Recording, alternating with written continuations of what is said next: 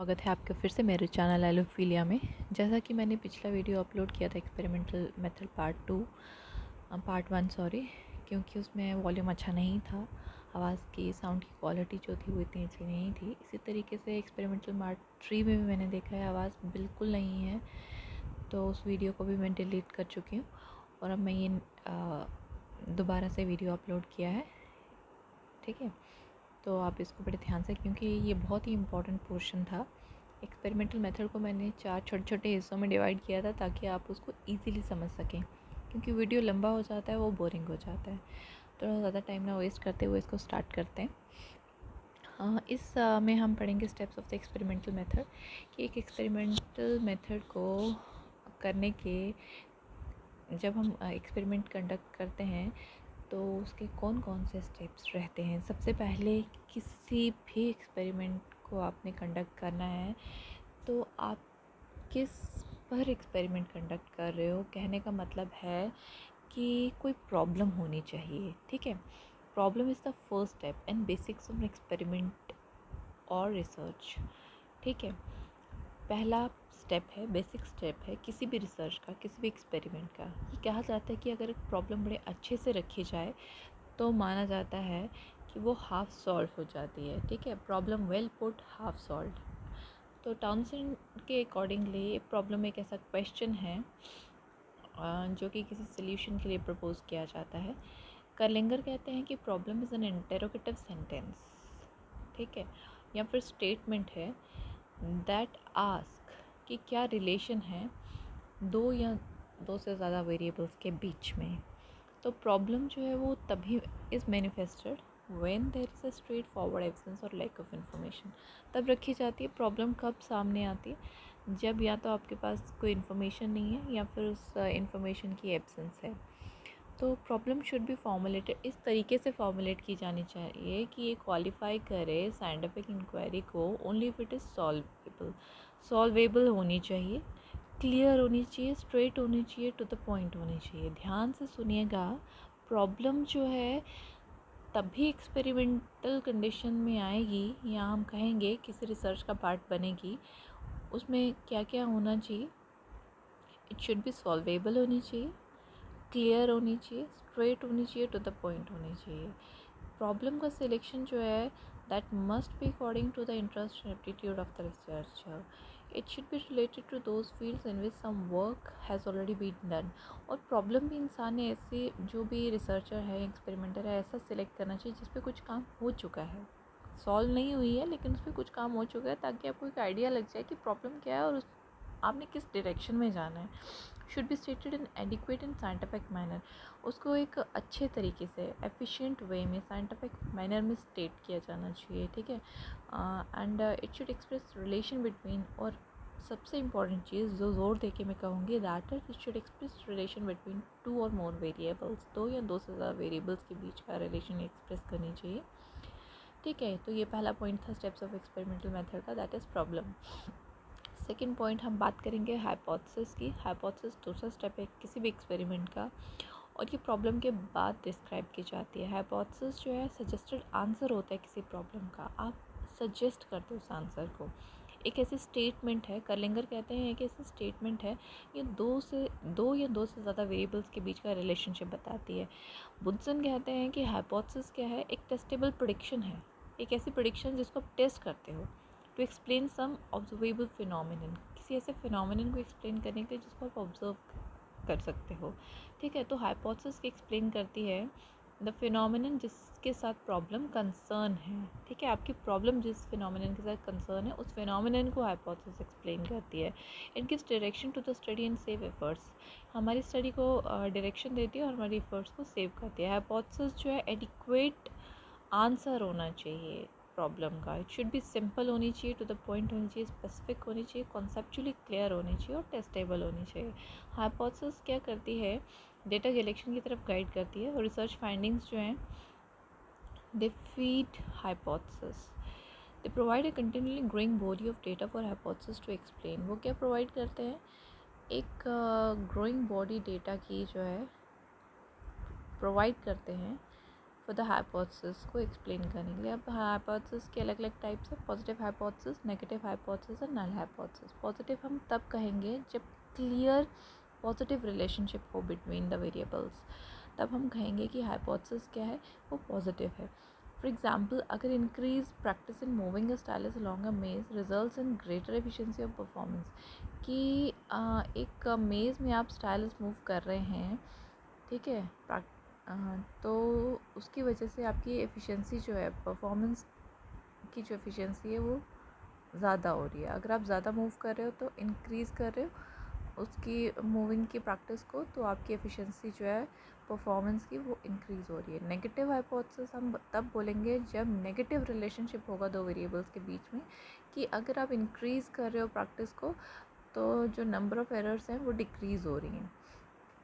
तो ये negative relationship कहेंगे हम इसको। फिर नल हाइपोथेसिस जिसमें जो है बेस्ट इन नेचर, इसको बेस्ट माना जाता है क्योंकि इस तरीके की हाइपोथेसिस में एक्सपेरिमेंटर क्या प्रिज्यूम करता है, कोई डिफरेंस नहीं है वेरिएबल्स के बीच में। नल मतलब कि नथिंग, ठीक है, एक जर्मन लैंग्वेज वर्ड है जिसका मतलब होता है ज़ीरो।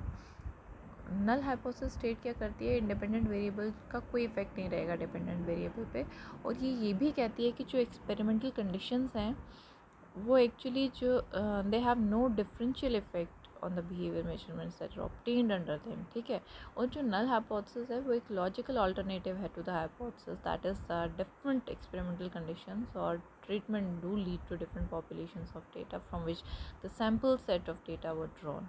जहाँ से डेटा का सैम्पल उठाया गया है, उन कंडीशंस और या ट्रीटमेंट्स जो हैं वो लीड करते हैं डिफरेंट पॉपुलेशंस ऑफ डेटा की तरफ। जो एफर्मेटिव पॉजिटिव हाइपोथेसिस है वो स्टेट करती है कि डिफरेंस डज एग्जिस्ट, पॉजिटिव कहती है कि डिफरेंस एग्जिस्ट करता है। नल हाइपोथेसिस और पॉजिटिव हाइपोथेसिस जो है वो लॉजिकल है, they are logical oppositions. Decision is required as to which is tenable with respect to the outcome of an experiment, कौन सी सूटेबल है according to the outcome of the experiment, इस पर depend करता है। हाइपोथेसिस जो है, नल हाइपोथेसिस जो है that is tenable, then the alternative hypothesis must be rejected. अगर वो टेनेबल है तो जो एफर्मेटिव आपकी पॉजिटिव हाइपोथेसिस है वो रिजेक्ट हो जाएगी, सिंपल, ठीक है। फिर थर्ड स्टेप जो इसमें रहेगा that is the design of experiment, very very important जब भी हम कोई प्लानिंग करते हैं, ठीक है। मतलब कि अगर हम स्ट्रक्चर और प्लानिंग करें एक्सपेरिमेंट की, तो वही क्या है, आपका डिज़ाइन ऑफ एन एक्सपेरिमेंट है, ये एक प्लान है या फिर हम कहेंगे स्ट्रक्चर है जिसके ज़रिए हम रिसर्च क्वेश्चन को आंसर करने की कोशिश कर रहे हैं। डिज़ाइन मीन्स कि एक बिफोर हैंड प्लानिंग रहती है कि इस एक्सपेरिमेंट की, कि जो इन्फॉर्मेशन है वो कलेक्ट की जा सके उस प्रॉब्लम की जिसको कि हम इन्वेस्टिगेट कर रहे हैं।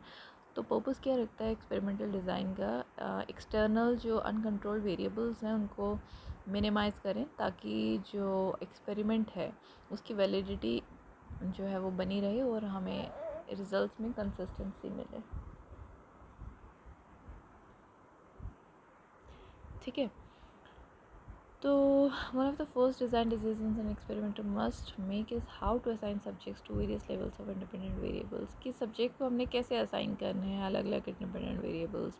अगर हम in designing experiment one attempt to control the situation such whether meaningful relations can establish, कि ऐसा तरीका कि जिसमें कि मीनिंगफुल रिलेशन एस्टेब्लिश किया जा सके, कुछ ऐसे कॉन्स्टेंट कंडीशंस जो कि एक्सपेरिमेंट को इफ़ेक्ट करते हैं। मान लीजिए कि इमीडिएट इन्वायरमेंट, किसी सब्जेक्ट का एज, अलर्टनेस, फेमिलियरिटी कैसी है विद द टास्क या मोटिवेशन, टास्क मोटिवेशन के साथ। There are sudden environmental constants, बहुत सारे इन्वायरमेंटल कॉन्स्टेंट्स रहते हैं जैसे कि लाइटनिंग है, क्वाइटनेस है, टेम्परेचर, इनको तो आप कंट्रोल नहीं कर सकते।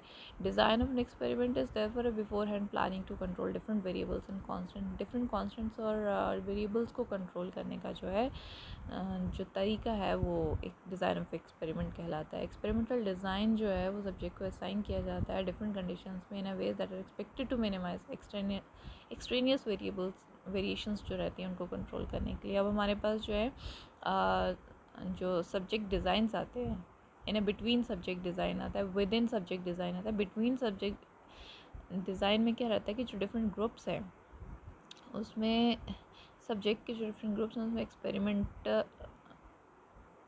जो है उसमें क्या होता है, सब्जेक्ट्स क्या करते हैं इन बिटवीन सब्जेक्ट डिज़ाइन में कि जो सब्जेक्ट्स हैं वो डिफरेंट ट्रीटमेंट्स एक्सपीरियंस करते हैं। विद इन सब्जेक्ट डिज़ाइन में सेम सब्जेक्ट जो है उसमें डिफरेंट ग्रुप ऑफ सब्जेक्ट्स जो हैं वो डिफरेंट ट्रीटमेंट्स को एक्सपीरियंस करते हैं। जबकि विद इन सब्जेक्ट डिज़ाइन में क्या होता है कि सेम सब्जेक्ट जो है वो सभी ट्रीटमेंट्स को लेता है। तो बिटवीन सब्जेक्ट डिज़ाइन जो है वो ज़्यादा सेफर माने जाते हैं, लेकिन विद इन सब्जेक्ट डिज़ाइन जो है वो ज़्यादा एफिशिएंट माने जाते हैं। फिर एक मिक्स डिज़ाइन भी रहता है, ठीक है। उसके बाद हम बात करेंगे फोर्थ पॉइंट की, to distinguish and manipulate variables में। वेरिएबल्स को डिस्टिंग्विश करना, उनको मैनिपुलेट करना। तो इस सब्जेक्ट में experimenter should distinguish between variables, particularly कौन कौन से, इंडिपेंडेंट, डिपेंडेंट और कंट्रोल वेरिएबल्स। अगर आपने मेरी पिछली वीडियो देखी है तो आपको आइडिया हो जाएगा कि इंडिपेंडेंट वेरिएबल क्या होता है, डिपेंडेंट वेरिएबल क्या होता है, कंट्रोल। इंडिपेंडेंट वेरिएबल मतलब कि जो जिसके साथ आप छेड़छाड़ कर सकते हो, डिपेंडेंट जिसके साथ नहीं कर सकते, और कंट्रोल वेरिएबल्स होते हैं जिसको आपने कंट्रोल करना है, ठीक है। वेरिएबल कहता है एक ऐसा करेक्टरिस्टिक है या एट्रीब्यूट है जो क्या करता है कि take on number of values, जो नंबर ऑफ़ वैल्यूज़ लेता है, ठीक है, विच इज़ मेजरेबल, जिसको आप मेजर कर सकते हैं। इंडिपेंडेंट वेरिएबल जो है वो इज़ दैट फैक्टर जो मैनिपुलेट किया जाता है बाय द एक्सपेरिमेंटर, जिसके साथ आप छेड़छाड़ कर सकते हो। डिपेंडेंट वेरिएबल जो है जो कभी अपीयर होगा, कभी डिसअपीयर होगा, कभी वेरी करेगा। जब क्या होगा, इंडिपेंडेंट वेरिएबल के साथ छेड़छाड़ की जाएगी, उसको ऑल्टर किया जाएगा। और एक कंट्रोल वेरिएबल जो है वो पोटेंशियल या इंडिपेंडेंट वेरिएबल होता है जिसको कांस्टेंट रखा जाता है एक्सपेरिमेंट करते समय, ठीक है। और ये इसको कंट्रोल कौन करता है, एक्सपेरिमेंटर, ऑफ कोर्स एक्सपेरिमेंटर ही करेगा। तो फिर नेमिंग द वेरिएबल्स, एग्जांपल देखिए, समझते हैं कि आपने एक ऑटोमोबाइल मैन्युफैक्चरर है, वो ये जानना चाहता है कि जो ब्रेक लाइट्स हैं, ठीक है, should be so as to minimize the time required for the driver. मतलब ऐसी होनी चाहिए कि जो ड्राइवर के उस टाइम को मिनिमाइज़ करें, ब्रेक लगाते समय वो जो टाइम लेता है उसको मिनिमाइज़ करें। तो एक्सपेरिमेंट जो है वो कैसे कंडक्ट किया जाएगा, इंडिपेंडेंट वेरिएबल जो है मैनिपुलेट किया जाए, जिसमें आप इंटेंसिटी या brightness of the break lights को जो है करोगे, ठीक है, वो रहेगा आपका। फिर डिपेंडेंट वेरिएबल जो है ऑब्जर्व, लाइक आपका जो टाइम है, कब ब्रेक लगी और कितना टाइम लगा उस ड्राइवर को, ठीक है। कंट्रोल मतलब कांस्टेंट वेरिएबल जो है, इसमें कलर ब्रेक लाइट्स का, शेप हो सकती है, फोर्स हो सकता है ब्रेक पेडल का। तो ये जो है कंट्रोलेबल होते हैं, कंट्रोल वेरिएबल्स होते हैं। सो समटाइम्स क्या रहता है कि बहुत डिफ़िकल्ट होता है बताना कि डिपेंडेंट वेरिएबल कौन सा है और इंडिपेंडेंट वेरिएबल कौन सा है। तो ग्राफिकली इस चीज़ को प्रेजेंट किया जाता है। कस्टमरी क्या होता है, मतलब यूजुअली क्या होता है कि हम लोग एक्स एक्सिस पे इंडिपेंडेंट वेरिएबल को रखते हैं और वाई एक्सिस पर डिपेंडेंट वेरिएबल को रखते हैं, ठीक है। For example, result of the effects of high altitude on visual sensitivity. तो अगर हम डायग्राम में देखें तो विजुअल सेंसिटिविटी पे जो है वो हाई ऑल्टीट्यूड दिखाया जा रहा है। तो इंडिपेंडेंट वेरिएबल जो है वो एक्स एक्सिस पे है, ऑल्टीट्यूड डिपेंडेंट वेरिएबल जो है वो वाई एक्सिस पे है, विजुअल सेंसिटिविटी पे, ठीक है। तो फिर जो एक्सपेरिमेंटर है उसको केयरफुल रहना चाहिए ताकि जो स्ट्रॉन्ग मैनिपुलेशन है इंडिपेंडेंट वेरिएबल की, must be careful to produce a strong manipulation, must be careful experimenter जो है he must be careful to produce a strong manipulation of the independent variable. Independent variable की strong manipulation होनी चाहिए। There are two ways, दो तरीके हैं manipulation के। पहला क्या कि इंडिपेंडेंट वेरिएबल को अपेयर करना एक सिचुएशन में, दूसरी सिचुएशन में डिसअपेयर करना। फॉर एग्जांपल कि हम ये जानना चाहते हैं कि नॉइज़ का इफ़ेक्ट क्या रहेगा कॉम्प्लेक्स प्रॉब्लम को सॉल्व करते समय, तो हम इसको आराम से टेस्ट कर सकते हैं कि सब्जेक्ट जो है उसकी एबिलिटी जो है आराम से टेस्ट कर सकते हैं बाय द प्रेजेंस और the absence of the noise, ठीक है। और दूसरा तरीका क्या है कि इंडिपेंडेंट वेरिएबल को चेंज करें, इसकी वैल्यू को इंक्रीज़ करें या डिक्रीज़ करें इसके अमाउंट को। फॉर एग्जांपल लेके समझते हैं कि अगर हम रिलेशन जो है number of items in a list of words, उसका क्या है with the speed of learning the list, उस लिस्ट को लर्न कर, तो हम इसको रिमूव तो नहीं कर सकते लेकिन हम चेंज कर सकते हैं वैल्यू या अमाउंट ऑफ मटेरियल। मतलब वो जो लिस्ट ऑफ वर्ड्स हैं उसको हम कम ज़्यादा कर सकते हैं, ठीक है। और उसका जो है रिलेशन देख सकते हैं कि लर्निंग द लिस्ट के साथ speed of learning the list के साथ वो कैसे रिलेट करता है। ठीक है, इज़ इट क्लियर? तो बेसिक स्टेप्स क्या रहते हैं एक्सपेरिमेंटल मेथड के दौरान? जैसा कि हमने देखा, एक्सपेरिमेंट्स जो हैं वो हमेशा कंडक्ट किए जाते हैं लेबॉरेटरी में, बहुत hence the laboratory is essential. जो साइकोलॉजिकल एक्सपेरिमेंट्स होते हैं performed in the method essentially require 2 people. जो भी एक्सपेरिमेंट परफॉर्म किया है उसमें एसेंशियली 2 लोगों की ज़रूरत पड़ती है, एक्सपेरिमेंटर और group of experimenters who perform the experiments, and the other is the subject or the subjects on whom experiment is performed. No doubt experimenter और सब्जेक्ट 2 लोग। द की फैक्टर जो है मेथड में क्या रहेगा? कंट्रोलिंग द कंडीशंस और variables. Conditions या variables को कंट्रोल करना। जो वेरिएबल का मतलब है which can be changed, which can be varied, जो वेरी हो सकता है। ठीक है, बाय कंट्रोलिंग द वेरिएबल्स हम लोग जो इररिलेवेंट कंडीशंस हैं उनको हम एलिमिनेट कर सकते हैं, आइसोलेट कर सकते हैं रेलिवेंट वंस को। तो इसीलिए we thus become able to observe the causal relationship between the phenomenon, keeping all other conditions almost constant. ठीक है, कहते हैं कि इसलिए हम क्या कर सकते हैं, कैजुअल रिलेशनशिप जो है फिनोमिनन के बीच में उनको जो है ऑब्ज़र्व कर सकते हैं बाकी कंडीशंस को कांस्टेंट रख के। लेट अस अंडरस्टैंड, एक एग्जांपल के ज़रिए समझते हैं कि अगर हम ये जानना चाहते हैं, स्टडी करना चाहते हैं कि इंटेलिजेंस का इफ़ेक्ट एकेडमिक अचीवमेंट में क्या रहेगा एक्सपेरिमेंटल मेथड की हेल्प से, तो हम लोग क्या करेंगे? We will need to do other conditions almost constant. हमें दूसरी कंडीशंस को ऑलमोस्ट कांस्टेंट रखना पड़ेगा। तो मान लीजिए कि हम अचीवमेंट देख रहे हैं, एकेडमिक अचीवमेंट एक्सपेरिमेंटल मेथड की हेल्प से, तो हमें डिटरमिन करना पड़ेगा कि positive relationship between the phenomenon कि क्या है, इंटेलिजेंस और एकेडमिक अचीवमेंट के बीच में क्या रिलेशनशिप है। One of these variables the effect of which we want to study will be called independent variable. एक वेरिएबल जिसका इफेक्ट हम पढ़ना चाहते हैं इंडिपेंडेंट वेरिएबल रहेगा, और दूसरा जिस पे इसका इफेक्ट रहेगा दैट इज़ डिपेंडेंट वेरिएबल। इसलिए इंडिपेंडेंट वेरिएबल स्टैंड्स कॉज, वो कॉज रहेगा, और डिपेंडेंट वेरिएबल जो है वो इसका इफेक्ट रहेगा कॉज का। Other conditions like study habits या सेक्शंस, सोशियो इकोनॉमिक कंडीशंस कैसी हैं, पेरेंटल एजुकेशन कैसी हैं, home environment, health, past learning, memory etcetera etcetera, जिसका बहुत ही इम्पेक्ट रहता है अचीवमेंट पे बिसाइड्स वन इंटेलिजेंस, इनको इंटरव्यूइंग वेरिएबल्स हम लोग कहेंगे। एक्सपेरिमेंटेशन में ऐसे इंटरव्यूइंग वेरिएबल्स जो हैं उनको भी कंट्रोल किया जाता है, दे आर मेड कांस्टेंट या इक्वलाइज किया दिया जाता है ताकि सिर्फ इंडिपेंडेंट वेरिएबल का इफेक्ट जो है वो स्टडी किया जा सके। For example intelligence in the present case, no one more independent variable is studied. इसके अलावा हम किसी और डिपेंडेंट वेरिएबल को स्टडी नहीं करेंगे। इंटरव्यूइंग वेरिएबल्स जो है उनको कांस्टेंट रखा जाएगा, इसीलिए कंट्रोल वेरिएबल्स कहलाएंगे। स्टेप्स हमने पहले भी पढ़ ही लिया, एक बार जल्दी से फिर से देख लेते हैं। प्रॉब्लम रेज करना, फिर formulation of the hypothesis, making a distinction between independent variables, फिर सिचुएशनल वेरिएबल्स को कंट्रोल करना, एनालिसिस करना रिजल्ट की, और वेरिफिकेशन करना हाइपोथेसिस की। फिर एक्सपेरिमेंटल डिज़ाइन जो है मैंने अभी आपको बड़े अच्छे से समझा दिया। ठीक है, तो that's all for the today's video. Thanks for watching.